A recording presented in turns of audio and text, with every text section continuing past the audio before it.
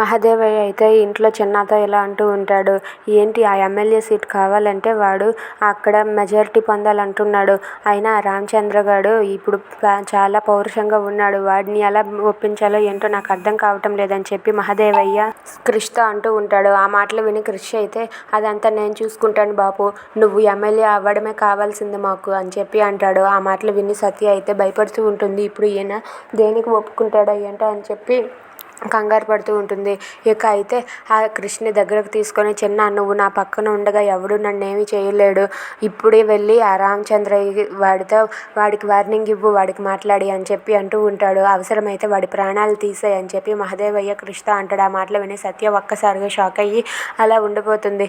ఇక క్రిష్ అయితే సరే బాపు అని చెప్పి వాళ్ళ బాపుకి మాట ఇచ్చిన ప్రకారమే ఆ రామచంద్రయ్యని చంపడానికి అయితే బయలుదేరుతాడు. ఇక అది చూసి క్రిష్ని వెళ్లకుండా సత్య అయితే ఆపుతుంది. అడ్డగా నిలబడి నువ్వు వెళ్ళడానికి వీల్లేదు క్రిష్ అని చెప్పి సత్య అంటూ ఉంటుంది. అది విని క్రిష్ అయితే ఎందుకు సత్య ఇలా చేస్తుందని చెప్పి అనుకుంటూ ఉంటాడు. ఇక సత్య మాటను క్రిష్ వింటాడా? If you like this video please like, share and subscribe.